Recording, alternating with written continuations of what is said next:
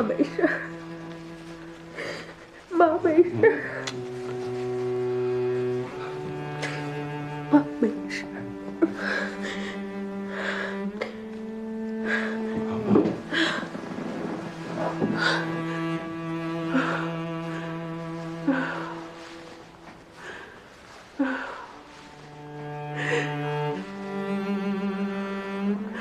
有我啊！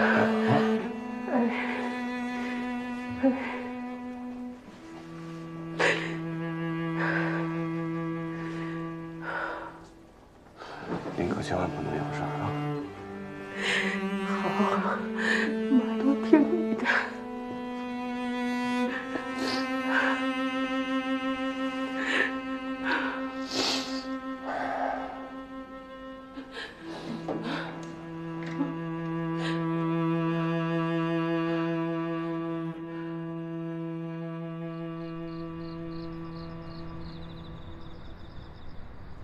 有一件事你可以肯定，就是萧晴从认识我们的第一天起，就隐瞒了他爸爸是反贪局的。从萧晴出现在法庭上那一刻开始，就解答了我之前所有的疑问。我现在就只有最后一个问题想问他：什么问题？他是从什么时候开始隐瞒我、欺骗我，帮助他爸来搜集指控我爸的证据？是不是在应聘法务的时候就已经居心叵测？说不定更早，早在他和你一开始认识的时候。哦，对了，他和我姐在飞机上认识的，热情援手，就是为了能和我姐搭上讪。终于，他抓到了一个千载难逢的好时机，于是便以热情、阳光、心无城府的形象状态，被你们顺理成章接受了。之后，他又处心积虑、步步为营的接近你，接近我姐，最后扳倒了我姐，成为了你的新女友。这一切都是一个预先设计好的巨大阴谋，甚至有可能，他来斯坦德就是冲你们来的。他是他爸爸安插在你们旁边的一个奸细，一个卧底。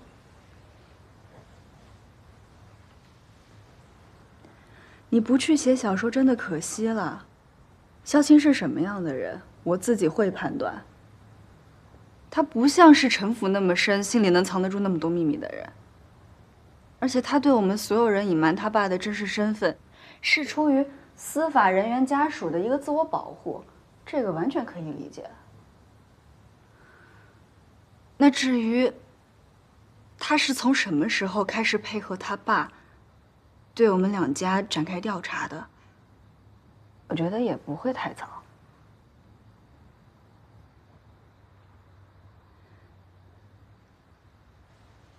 舒澈，我记得你跟我说过，他爸来了一趟旧金山之后，你就开始对萧青捉摸不透了。会不会是从那个时候开始啊？的确有可能是从那个时候开始的。他爸走了之后，他的行为就一直很反常。而且现在我还有一个预感，在开庭的时候，萧青很有可能会出现，他会推翻我说我爸完全不知情的证词，因为他知道所有的秘密，所有的事情将会成为他们父女俩用来指控我爸的澄清证词。还有这个可能性？不是，那如果他这样的话，也太过分了吧？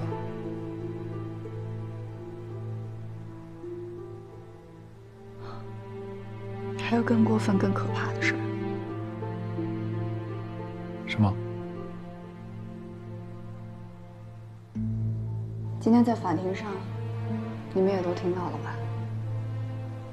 公诉方和萧青说的是，在刘彩琪死之前1个小时，萧青去到刘彩琪家取了证据。你们还记得美国媒体是怎么报道刘彩琪死亡的事儿吗？当天就没有人去过刘彩琪家，排除谋杀的可能。哎，不是，萧青不是去过吗？就在刘彩琪死之前。所以这证明警察拿到的监控录像是假的。假的？那真的呢？真的，真的被拿走了，为了掩盖事实的真相。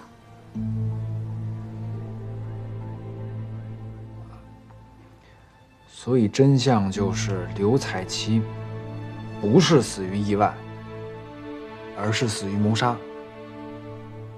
那被谁杀的呀？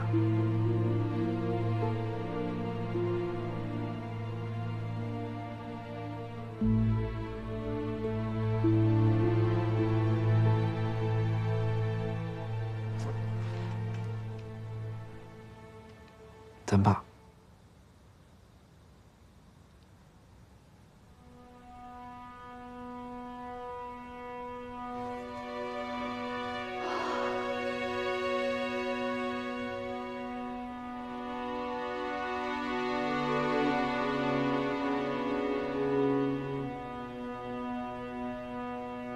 只有萧青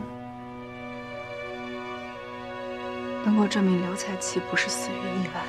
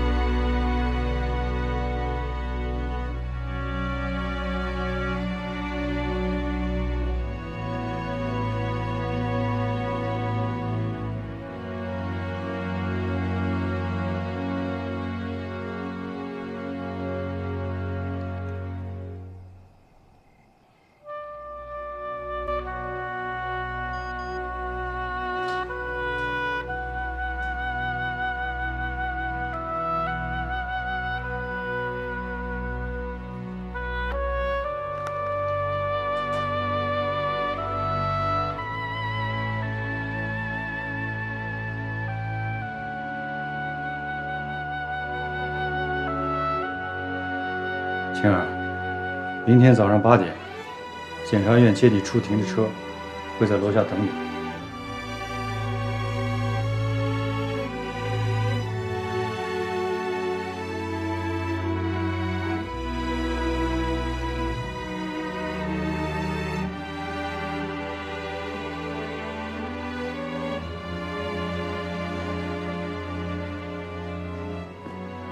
青儿。我不想强迫你做你自己不想做的事情。如果你决定拒绝出庭的话，我能理解。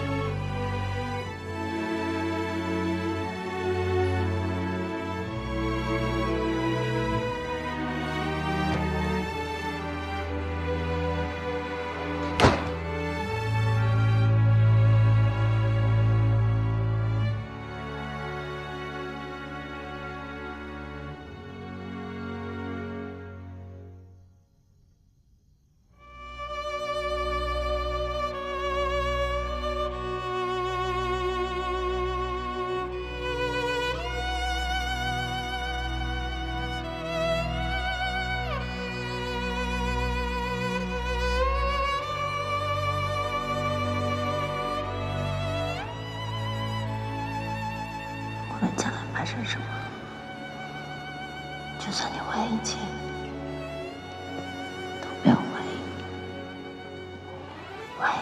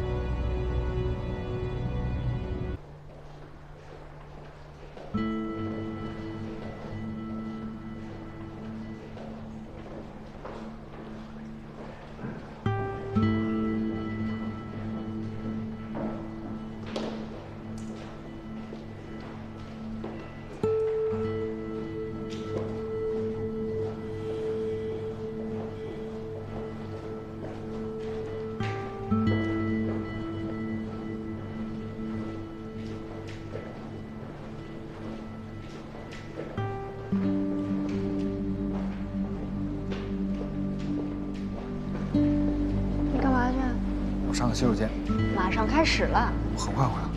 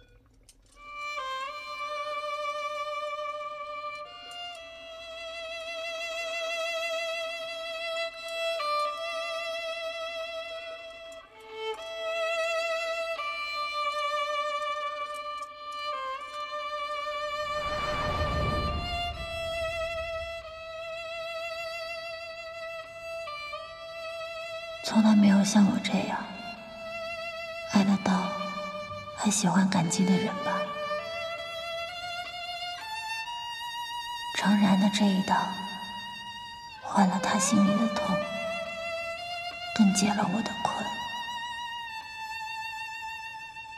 终于让我逃离了漫长的纠结和窒息的痛苦，躲进没有痛感的黑洞，藏在可以不再被理智与情感撕扯的地方，长长的、长长的睡上一觉了。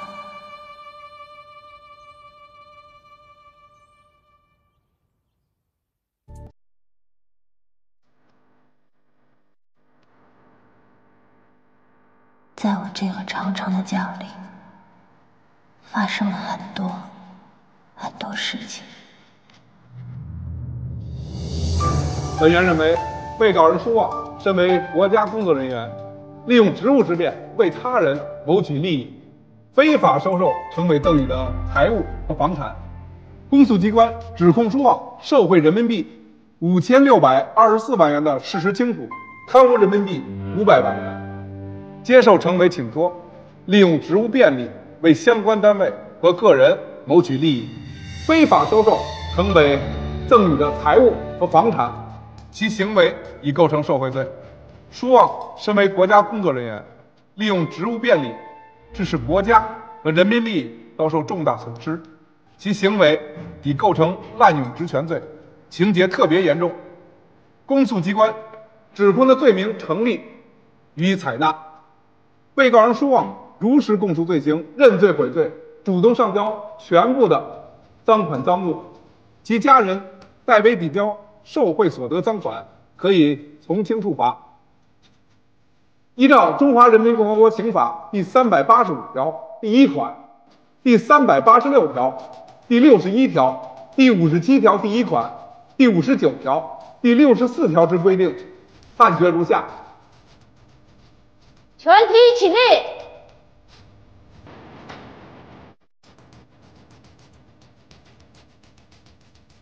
被告人舒望犯受贿罪，判处无期徒刑，剥夺政治权利终身，并处没收个人全部财产；犯贪污罪，判处有期徒刑15年，并处没收个人财产人民币100万元；犯滥用职权罪，判处有期徒刑7年，决定执行无期徒刑，剥夺政治权利终身。本院认为，被告人程伟在经济往来中违反国家规定，给予国家工作人员以财物、房产数额巨大，以不正当的手段谋取利益，获取政府的投标。燕州市人民检察院指控被告人程伟犯有对国家工作人员行贿罪的事实清楚，证据充分，罪名成立。本院依照《中华人民共和国刑法》第389条第1款、第67条第3款、最高人民法院、最高人民检察院关于办理贪污贿赂刑事案件适用法律若干问题的解释第9条，判决如下：全体起立。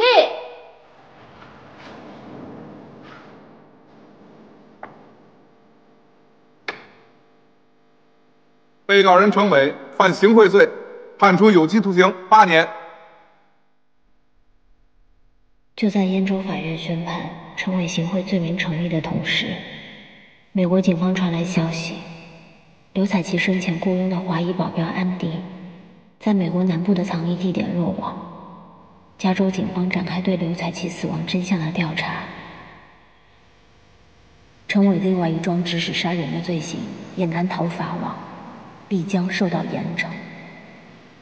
他的后半生都将在监狱中度过，而此时他悔之晚矣。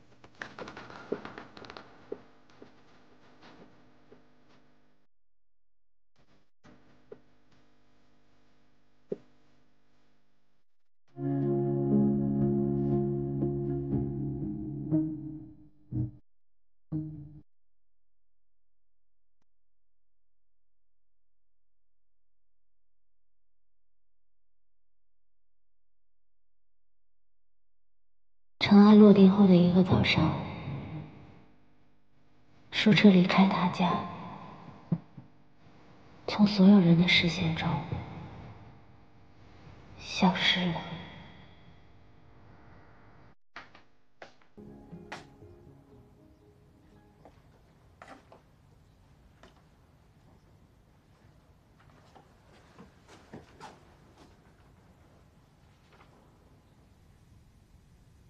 妈，儿子不孝，在您最需要支撑的时候，我自私的走了。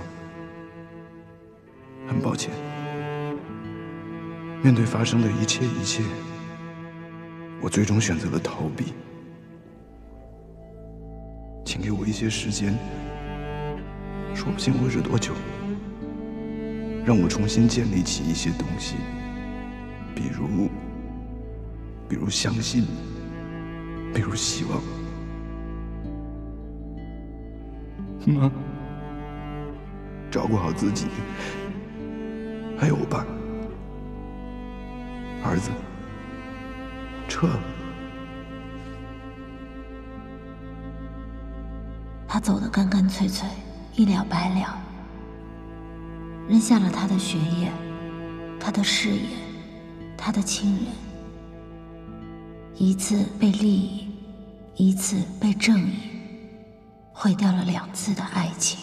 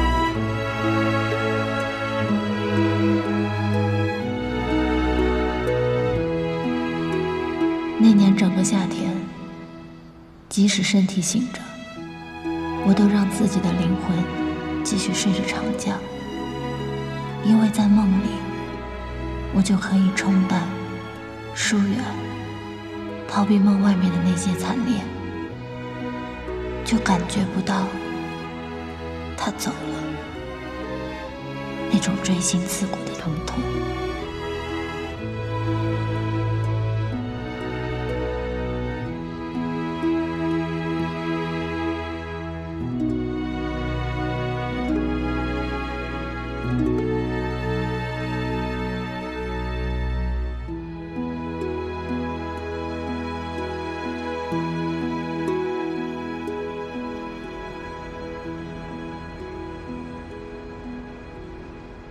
经伟业董事会审议，通过选举公司新任董事长一案表决结果：15位赞成，0票反对，0票弃权，由妙莹女士接任伟业集团董事长。大家欢迎。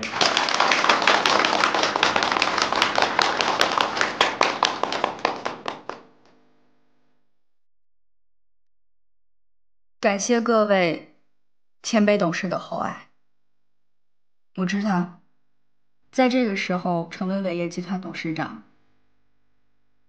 是比以往任何时候都承担着更大的压力和责任。我不知道我是否能够众望所归，做一个拯救者，但我愿殚精竭虑，做一个学习者、从谏者。所以还请各位前辈不吝赐教，不吝训斥。同时，我也会与前任董事长的管理作风迥然不同。在做出一些重大决策的时候，或许我会是一个改变者，一个颠覆者。所以提前请大家多多包容和海涵。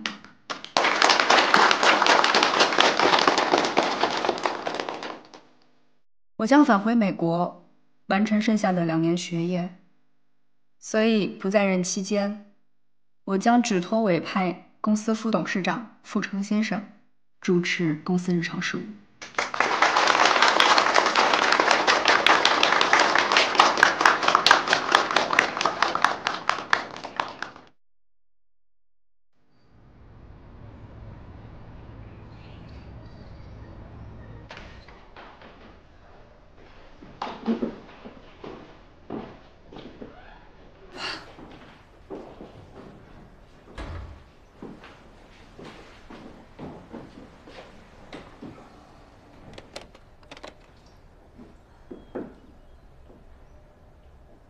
洋洋，伟业由你来掌舵了，我很放心。祝贺你。这有什么好祝贺的呀？你知道这不是我想要的。可你是我女儿，责无旁贷。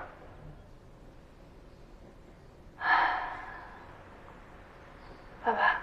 嗯。你后悔吗？后悔？我一直没有想过这个问题。怎么会没想过呢？真的没有。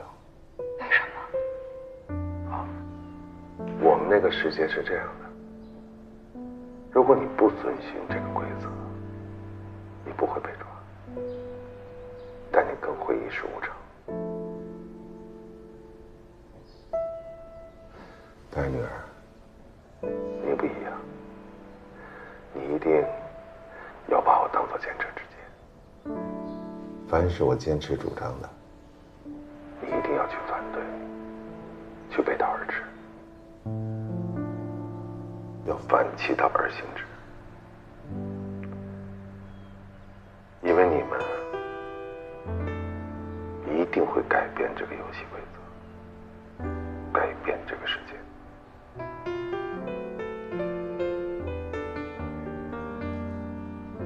回到美国，帮我办件事。您说。找到刘彩琪的墓，买束花，帮我去祭奠她。对她，我会用我的后半生去忏悔。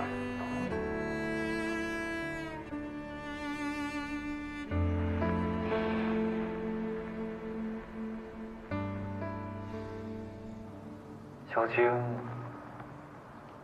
她还好吗？听说早就出院没事了。你那一刀扎的不深，更不是要害部位。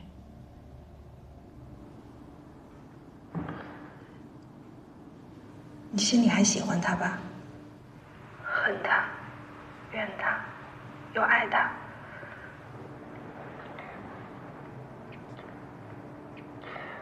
捅过那一刀之后，我就已经把他放下了。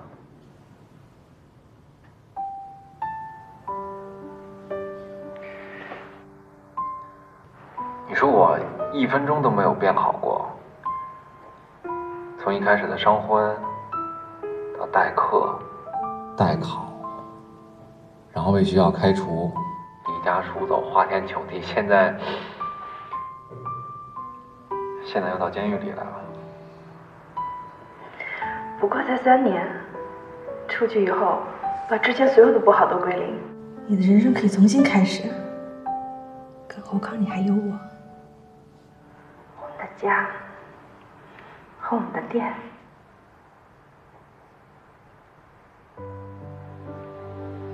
我这种人渣，还值得你要吗？你不是人渣，你值得我要。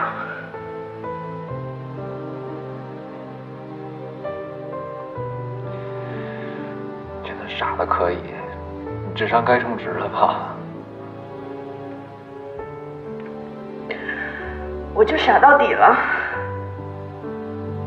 怎么着吧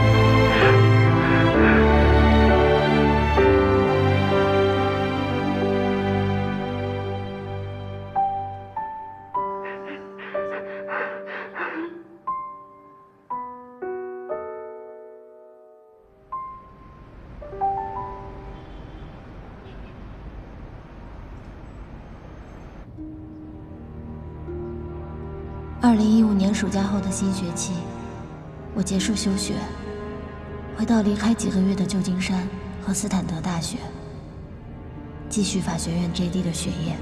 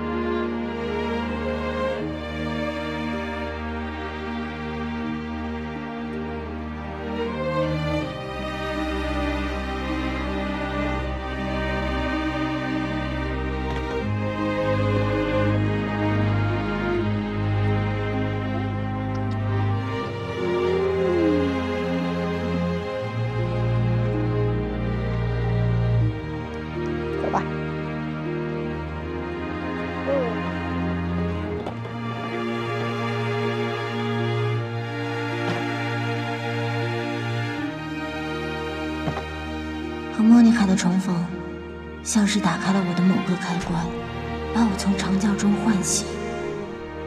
所有我以为已经模糊淡化的知觉，瞬间都回到了我的身上。我才知道，疼痛从未离开，它们永久的留在了我的身体里。Finished. Thank you.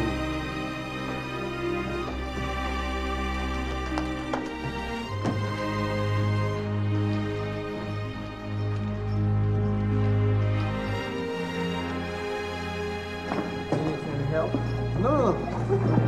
Okay. Okay, go. Okay, let's go.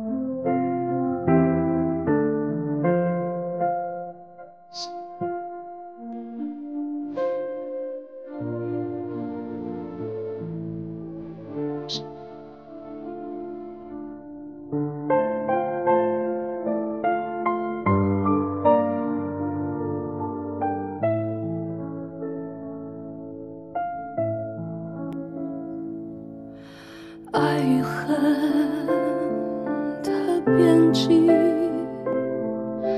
去与死。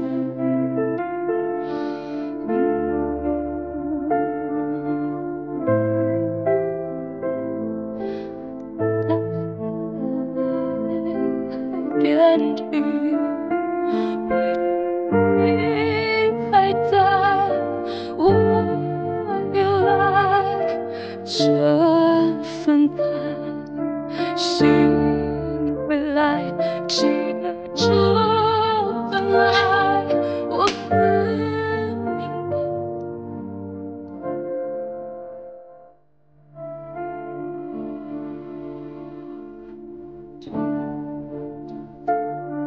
是。